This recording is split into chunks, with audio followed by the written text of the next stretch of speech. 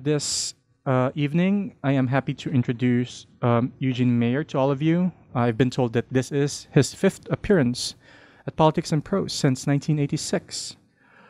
He is a veteran journalist.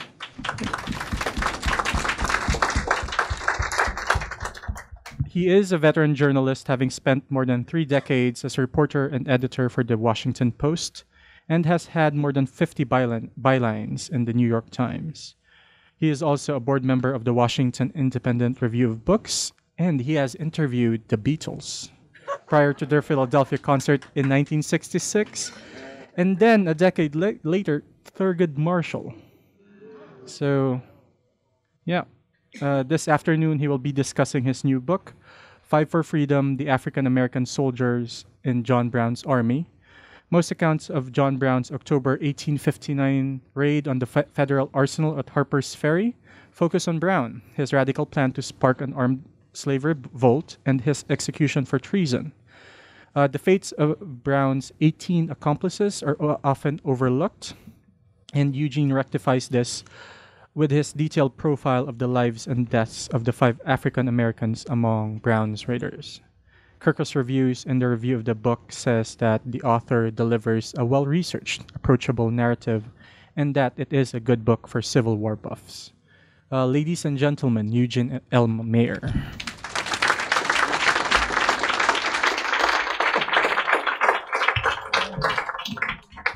Well, thank you very much, and thank you for coming out on this rainy night. It was a night a little bit like this, rainy and cold, when John Brown led 18 men 5 miles down a dark country road from the farmhouse headquarters in Washington County, Maryland, to the Potomac River, and then across the river to Harpers Ferry to seize a federal arsenal and attempt to incite a slave rebellion. Brown rode in a horse-drawn wagon and wore the cap that he'd worn in Kansas, where he'd been a fighter against slavery. 2 men shouldering rifles marched in front. Behind the wagon were the rest, wearing woolen shawls for warmth. They marched in double file. They marched as silently as if in a funeral procession, it would later be recalled. And that, in fact, is exactly what it was, a funeral procession. The author of those descriptive words was Osborne Perry Anderson, the sole survivor who wrote the only insider account of the ill-fated raid. Anderson was one of 5 African Americans who went with Brown to Harper's Ferry, and he was my way into the story. No doubt you've heard of Brown, whose body lies a moldering in the grave, but whose soul goes marching on. It is far less likely that you have heard of Anderson, John Anthony Copeland, Dangerfield Newby, Shields Green, and Lewis Leary. These 5 African-American men have been treated as footnotes, if at all, by historians and others captivated by the John Brown legend. They are truly hidden figures, and it is long past time that their stories be told, and that is exactly what I set out to do in Fight for Freedom. Who were they, and why are they and their stories so old, still so new to so many? I first became acquainted with Osborne Perry Anderson in 2000. I was covering the dedication of a plaque in his memory at a cemetery near FedEx Field in Landover, Maryland. My brief account was buried inside the Metro section of the Washington Post. No doubt many readers missed it, but it left a lasting impression on me. When I left the paper in 2004, I wrote a much longer article about him for the Washington Post magazine. During my research, I asked the noted John Brown scholar, Stephen B. Oates, why was Anderson's story so little known, or dismissed, even by those historians sympathetic to Brown? His answer was twofold. The first was that so little was known about him. The second was simple racism. I took both reasons as a challenge. Anderson was close to Mary Ann Shadd Cary, the first black female editor and publisher in North America. From southeastern Pennsylvania, she had immigrated to Canada, along with thousands of free and enslaved African Americans after passage of the Fugitive Slave Act in 1850. There she published a newspaper, the Provincial Freeman, and Anderson had followed her north and worked for her there as a printer. I speculated about their relationship because he seemed to pretty much follow her everywhere, including back to Washington after the Civil War. So I went to Howard University, where some of her papers are stored, to see if there was any connection beyond what I already knew. And I found in the slim files that were there no material about Osborne Anderson. But what I did find was astounding and very affecting. Heart-wrenching letters she had published that were written by John Copeland to his family back in Oberlin, Ohio, just prior to his execution on December 16th, 1859. And if you'll indulge me, I'm going to read you a little bit. This is a letter they wrote the morning of his execution to his parents, to his 3 brothers and 2 sisters. I have seen declining behind me the western mountains for the last time, he wrote his family. Last night, for the last time, I beheld the soft bright moon as it rose, casting its mellow light into my felon's cell, dissipating the darkness and filtering it with that soft, pleasant light which causes such thrills of joy to all those in like circumstances with myself. This morning, for the last time, I beheld the glorious sun of yesterday rising in the far-off east, away off in the country when our Lord Jesus Christ first proclaimed salvation to man. And now as he rises higher and high bright light takes the place of soft moonlight, I will take my pen, for the last time, to write you who are bound to me by those strong ties, yea, the strongest that God ever instituted, the ties of blood and relationship. I am well both in body and in mind, but think not that I am complaining, for I feel reconciled to meet my fate. I pray God that his will be done, not mine. And now, dear ones, I must bid you that last long, sad farewell, your son and brother to eternity. Well, I had an epiphany. There was a bigger story here, I thought, than just Osborne Anderson, but it couldn't just be about him. It had to be about all 5. And thus was born the idea of 5 for Freedom. And there was much to tell, not only about how and why they came together at a fateful time and place, October 1859 in Harpers Ferry, but also about the world into which they were born and raised, a world of chattel slavery, their families, their lives and their deaths, their aftermath, and their legacies down through the generations of descendants, a legacy that deeply affects us still. And I learned about the others, Dangerfield Newby, who was the son of a white man and an enslaved woman who did not belong to him, belonged to somebody else. And they had several children, had I think 11 children. Dangerfield was the oldest. And there came a time when Henry Newby, his father, asked the owner of his wife and their children if he could take them to Ohio and free them. So with his benevolent owner, he took them to Ohio, where, according to a Supreme Court case from Ohio, once slaves set foot on the shores of the Ohio River, on their shores, they were free. So in that way, our history is very complicated, to say the least. So there came a time where Dangerfield Newby had a marriage with a woman named Harriet, who belonged to the Jennings family. And they had, by most accounts, 7 children. And her owner had fallen on hard times, pecunious hard times, pecuniously, and was going to sell her south. And so she wrote to Dangerfield, who was in Ohio and had become active in the Underground Railroad, please come and buy me before the owner sells me. And she wrote 3 increasingly desperate letters to him during the spring and summer of 1859. In each one she said, Dangerfield, you are my one bright hope. Dangerfield tried to negotiate their freedom with her owner, and it did not succeed. So for that reason, he joined with John Brown in hopes of liberating his enslaved wife and their children. And sadly, he was the first raider to die on the streets of Harpers Ferry. And Harriet and their children were indeed sold south. And there's a whole chapter in the book about that and what happened to them subsequently. Shields Green was a fugitive from slavery in Charleston, South Carolina. Very little is known of him prior to his escape. He supposedly got on a ship in Charleston Harbor. Maybe it was a maybe it was a cotton or sugar boat, wound up in New England, somehow got to the house of Frederick Douglass, whom he befriended and actually lived there for a while, and met John Brown there, learned a little bit about his plans. And Shields Green was said to be descended from an African prince, so his nickname was Emperor. And he even had a business card. He was a clothes cleaner. And so there came a time that that John Brown wanted to enlist Frederick Douglass actively in his attack on the Harpers Ferry arsenal. And so they had a meeting outside of an abandoned quarry in Chambersburg, Pennsylvania. And Frederick Douglass brought Shields Green with him. And they had a very long, really lasted over a weekend, a long discussion about this whole thing. And Frederick Douglass famously said, you know, you're walking into a steel trap from which you'll never escape. And ultimately, he didn't want to participate. He just thought it was going to fail. And they were about to leave, and Frederick Douglass turned to Shields Green and said, well, what do you want to do? And Shields Green said, I think I'll go with the old man. And he did. He went with the old man to John Brown, to Harper's Ferry, and ultimately to the gallows.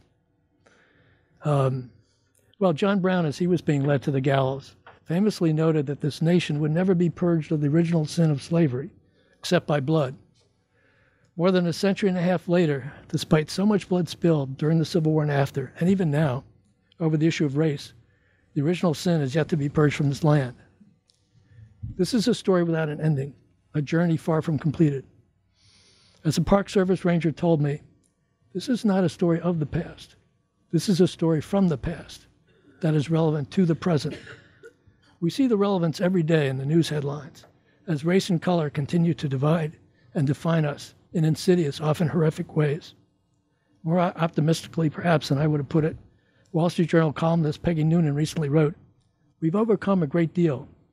We see this best when we don't deny our history, but tell the whole messy, complicated, embarrassing, ennobling tale. More to the point, I believe, is what New Orleans Mayor Mitch Landrieu, a white Southerner, had to say in a recent interview with the New York Times. It is essential, he said, if we really want to move forward, that we do so together. We cannot do that unless we deal forthrightly with the issue of race. And unless and until we do that, we're never going to reach that aspirational moment where out of many we are one. That is precisely the conclusion I came to after researching and writing Five for Freedom. In order to overcome our past, we must do more than acknowledge it. We must own it, all of it, and all of us. To me, that is the essential lesson and legacy of Osborne Perry Anderson, John Anthony Copeland, Shields Green, Lewis Leary, and Dangerfield Newby. They died to make us free, but the struggle continues. Thank you for listening.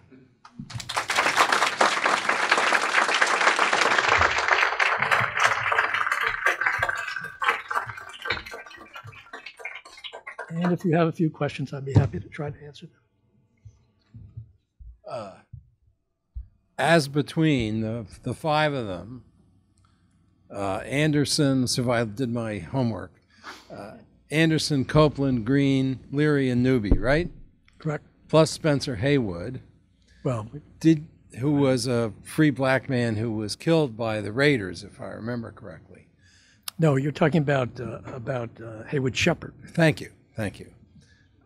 I got part of it right. He worked for the railroad. Yeah. He was in the wrong place at the wrong time. It's a whole other story. It's in the book, though. Among those, I love the book. Couldn't put it down. Good. Among the six, including Haywood, did you have a favorite? Did And I have why? A favorite? Did I have a favorite? That's a really good question. I don't know. I mean, the Dangerfield Newby story is very tragic, and his wife Harriet pleading with him. Interestingly, there was nothing about these five in the new National Museum of African American History and Culture. There's one area that talks about the separation of families, and there's a quote from Harriet Newby, but there's no context, and it just says, "You are my one bright hope." And there really should be more about them in the museum. And I think that, as I say, they're hidden figures, and their story hasn't been told, and they're all kind of lumped together if they're discussed at all. And they all came to Brown different routes with different motivations. I mean, the commonality was they They were abolitionists, obviously. But I find all their stories affecting. I mean, Lewis Leary is an interesting character. He was kind of raffish, and he had moved to Oberlin several years after John Copeland. And he had a new baby and a new wife, and he just up and left without telling her anything. And so and then he was killed trying to escape across the Shenandoah River. He actually lingered for about 8 hours and he died. And he told the reporters, "Please see that my wife is looked after." I mean, so the first she learned about him was when news arrived that he was part of the John Brown Revolutionary Army, as I call him, and had died at Harpers Ferry. She remarried to a Langston. They moved to Kansas, which is big in the John Brown saga. There's a footnote in this story. And they had a couple of children. One of their daughters, had a daughter who was the grandmother of Langston Hughes, the famous poet and author of the Harlem Renaissance. So he's kind of an interesting character. And if you see his picture's on the cover, and he's wearing this broad-brimmed hat. It's sort of slanted, kind of raffish. And he was sort of a devil-may-care guy. The story was that when he was in North Carolina, and he was born a free man of color. In fact, his family was quite wealthy, and he had private tutors, and his father owned slaves also, African American owning slaves, not unheard of. But he supposedly stopped a white slave owner from whipping a slave, and then his father said, "You better get the hell out of here," and that's when he went up to Oberlin. That's family lore. So he was kind of a interesting, adventuresome character. But they all have their own stories, and they're all very moving and compelling. My second and last question. You did a fabulous job of tracing lots of descendants of these people, direct and collateral. But the book says that Shields Green had a 1-year-old when he was lost. But nobody's been able to trace that one. Since the publisher froze the manuscript, has there been anything new? Nothing new about Shields Green, and even during the 2009 sesquicentennial of the raid, the Park Service tried very hard to reach descendants, and they couldn't get anything on Shields Green. I only write what I know, and what I don't know, if I speculate, I say this is speculation. So his slave name was Esau Brown. So I looked at the Charleston Mercury for all the months that he supposedly was, leaving. Didn't find any fugitive slave ads, but I found a slave owner, a very large slave owner, 150 or so slaves in the Charleston area named Brown. And I looked at the census records from 1850 and 1860, the slave census records. And I found some in 1850 who would have been Shields Green's age. And then I found some in 1860 who would have been a year old, who would have been the age of the sun. So I speculate that that's where he came from. But there's no evidence, and it's a mystery. Hi, Gene. So one question I have is, when did the idea of taking up arms against slavery start to occur to these men? I mean, they acted in 1859, but had they been thinking about it before? And I ask specifically because I know Douglas went to Canada. Brown went to Canada in 1858 or 56 on the same sort of mission to recruit people and to see, were people willing to join. So when did people actually, decide to do it? So in 1858 in May, John Brown had a constitution for a meeting for his provisional constitution for the free republic he hoped to establish in the Appalachian Mountains, and Osborne Anderson was an official at the convention, and but he didn't talk about amassing arms and all that kind of stuff. That came much later, and Brown was really sort of the primary mover of that, and he was funded by gentlemen from New England who were known as the Secret Six. And these were wealthy abolitionists who provided the money for him to purchase 1,000 spikes and Sharps rifles and all the other weapons that he hoped he would use at Harpers Ferry and subsequently. The individuals, John Copeland, in his defense at his trial, said that he had no intention of inciting a slave rebellion or there being any people murdered, that he thought they were just going to run off slaves to Canada, which Brown had done before from Kansas and Iowa, Missouri. So Brown was really the primary organizer of the military aspect. And of course, his title was, he was Captain James Brown, so he was their commander-in-chief. Hope that answers your question. Yeah. Hi, thank you for your talk. I'm not sure if this is in the scope of your book, but to what extent were slaves aware of these rebellions? Was there some kind of informal communication system? So that's question one. And two is, what was the press reaction to this rebellion at the time? Well, to answer your first question, John Brown had postponed his attack on Harpers Ferry by a week because there were rumblings that the word was getting out. And supposedly, from what I've read, hard to document, that there was knowledge within the enslaved community in the surrounding area that something was about to happen. But because the date was not as originally intended, there was not this great uprising that Brown and his raiders hoped for. So it was out and about. I mean, it was rumored, and there were even stories about slaves on the road in Pennsylvania with pikes and being stopped by slave owners. And so the supposition was they knew something was up, and they didn't know exactly when. And when Brown delayed his action by a week, that kind of threw everybody off. And your second question? Press reaction. This was big news all over the country. I mean, it was the 9/11 of 1859, and there were reporters there from all over the country, and newspapers that weren't represented got stuff through the wires. I mean, this story was reported in Montana and all over the country. The Baltimore Sun was there. The Virginia Free Press, which was in Charlestown, covered it significantly. So I mean, that was one of the great sources. There were a lot of newspaper archives that I could see how it was covered. I could get the accounts, very detailed accounts, and it got a tremendous amount of coverage. So, anybody else? My question is about John Brown, your sense of John Brown. To what extent was he a visionary, effective leader, and to what extent was he a deluded lunatic? Well, I mean, I try to de-emphasize John Brown because this book really isn't about him. I think that, he made some tactical mistakes. He delayed the raid a week, and then there was a B&O train that had stopped when this raid was going on, and thinking he was being magnanimous and would show what a good guy was, he let the train proceed.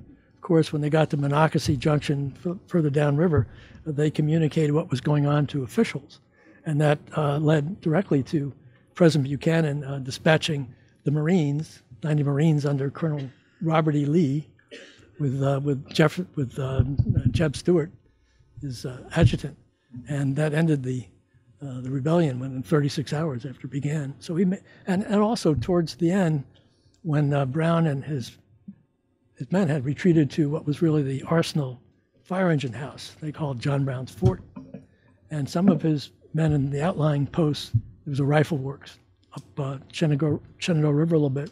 They were getting antsy, they sending messages, it's time to leave. And Brown kept delaying and delaying until there was no way to escape. And then, of course, some of them made a futile effort to cross the Shenandoah River, where they were riddled with bullets. And Copeland was not shot because the man who tried to shoot him, his gun was waterlogged, water-soaked. And then he was almost strung up. But Dr. John Story, who was a town physician, who actually attended to Hayward Shepard, the B&O agent, who was shot by John Brown's men because they told him to stop. He didn't turn around, he got shot in the back. So he interceded with this lynch mob, and he said, no, this man has to go to jail, due process. So John Copeland had his day in court, and ultimately was executed. So, you can, there have been a gazillion books written about John Brown and whether he was a genius or a fanatic or, a lunatic, and I take no position. I leave that for others to talk about.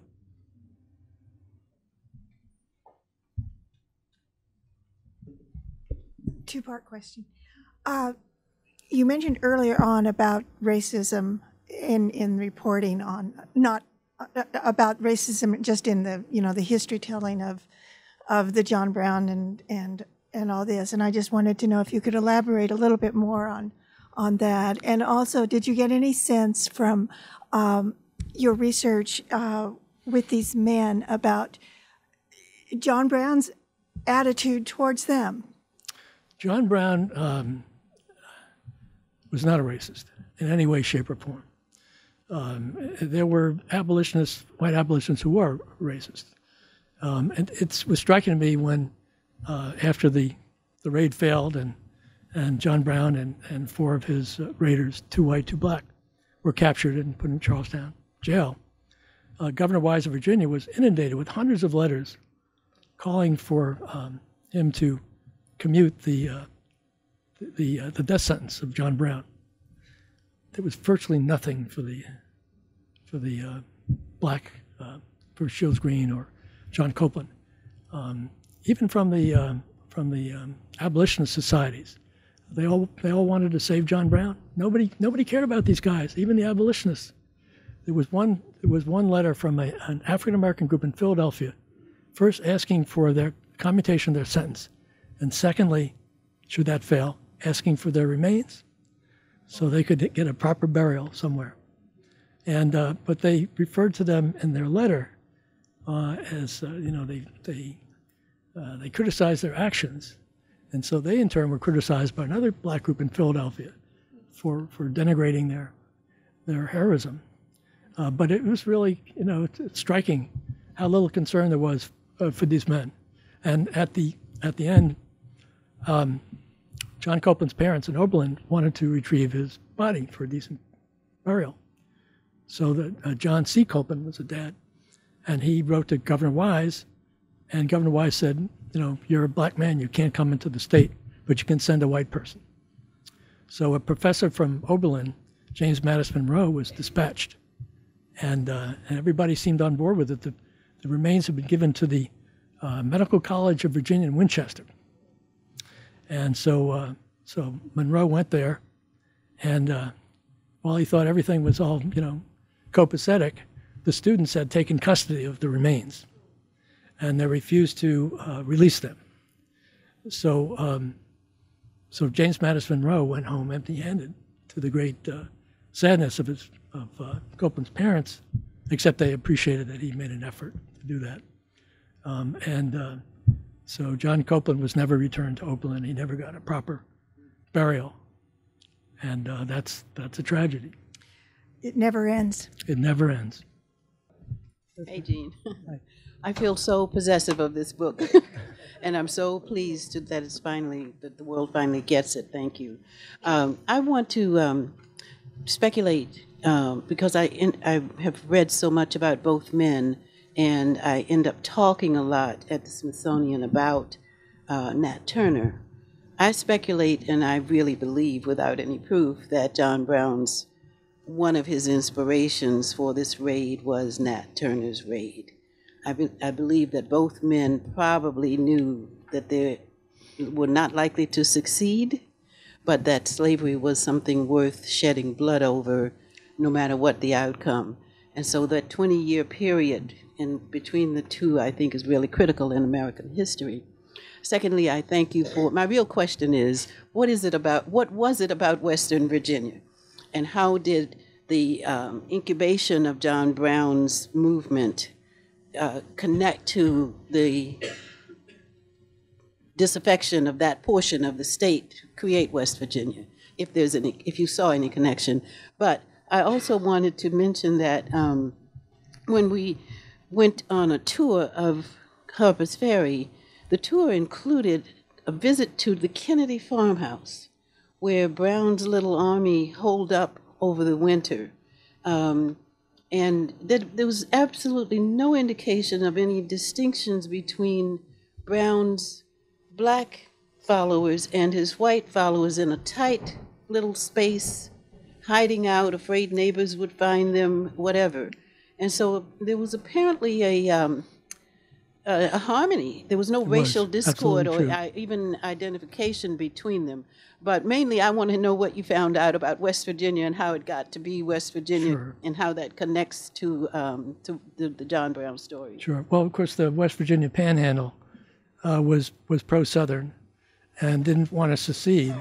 The only reason why the secession of West Virginia from Virginia, the only reason there was majority because most of the white men were off fighting for the Confederacy, if you look at the vote tallies. So it was really the western part of the state that was anti-slavery and anti-secession. But Jefferson County, Berkeley County were really quite Southern.